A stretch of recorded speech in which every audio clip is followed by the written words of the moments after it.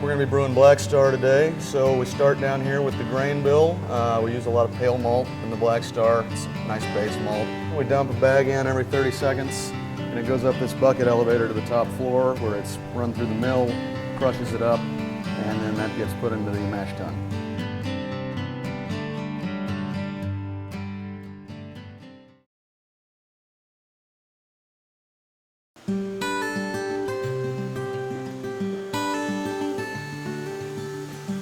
So then we have the continuation of the grain elevator up here.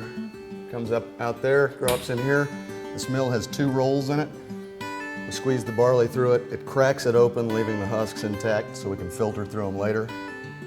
This auger runs in here. We've got hot water going in here, specific temperature for a specific brew. Goes in here, there's a stirrer in there, and it basically just converts all the starch to sugar in the malt. Okay, now I'm going to turn on the fan. It's going to get noisy all of a sudden. Fan. Grain auger. And now we're running all the way back down to the bottom level. And open up the valve to let the grain in.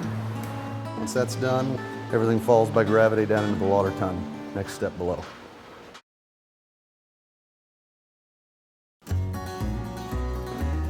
This vessel down here, it's called the lauter tun. Okay, so the mash is finished with its cooking cycle. We've gone from a real starchy, grainy mix, and it's turned nice and sweet and delicious up in there. So we're gonna put it into the lauter tun. Open up the switch, and here it comes. We have mash.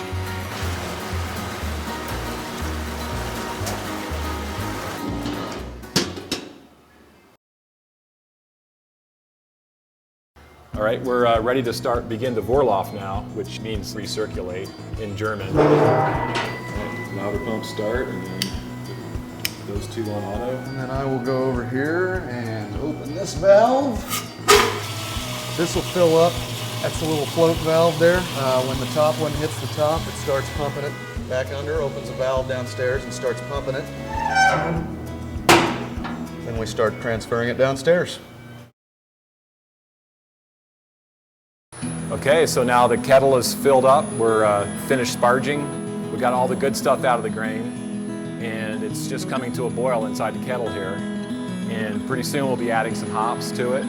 Okay, I'm weighing out some hops to put in the beer. These are Hallertauer hops, Hallertauer Mittelfrüh. They come from Germany. They're considered a noble variety of hops. They're classic lager hops. They're one of the finer, more expensive types of hops you can get. 4 pounds. And these are pelletized. When hops grow on the plant, they look like little cones, but these get picked and dried and run through a machine that turns them into nice, convenient pellets. And we've got about 1.5 minutes.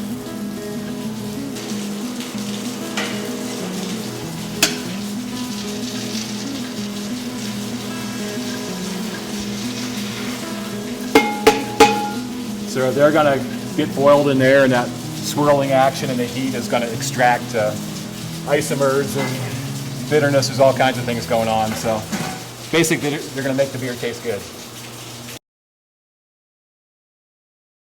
And then once that's done boiling for 60 minutes, we will pump it over here to the whirlpool, which creates kind of an inverted cone of all the proteins and stuff that falls out of the liquid, clarifies it one more time.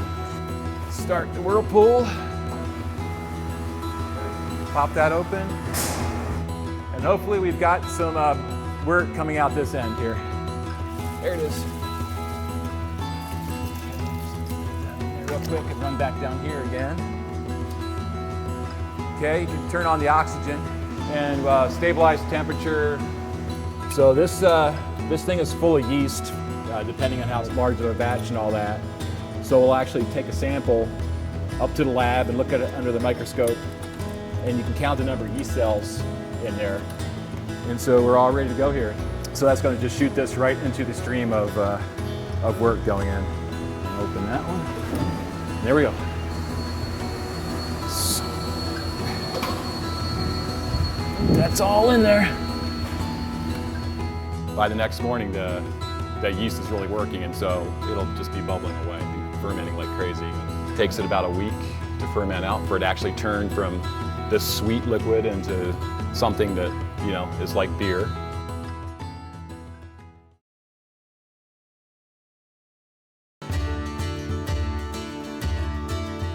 So these are the fermentation and storage tanks where the beer rests for up to a month, which is typical of a lager beer. And it's in these tanks that we do the second hopping. And this tends to be a much more rare and much more traditional technique that a lot of breweries don't do anymore. So you take, again, fresh hops and you add them at this stage in the brewing process, not in the amount, lesser amount than what we put in the kettle. Again, the kettle determines the flavor, but here you get primarily an aromatic benefit. And it's why when you get a fresh draft glass of Black Star, why when you crack a bottle of Black Star, you get a great aromatic quality of the Saaz and the middle fruit hops. So we call that double hopping.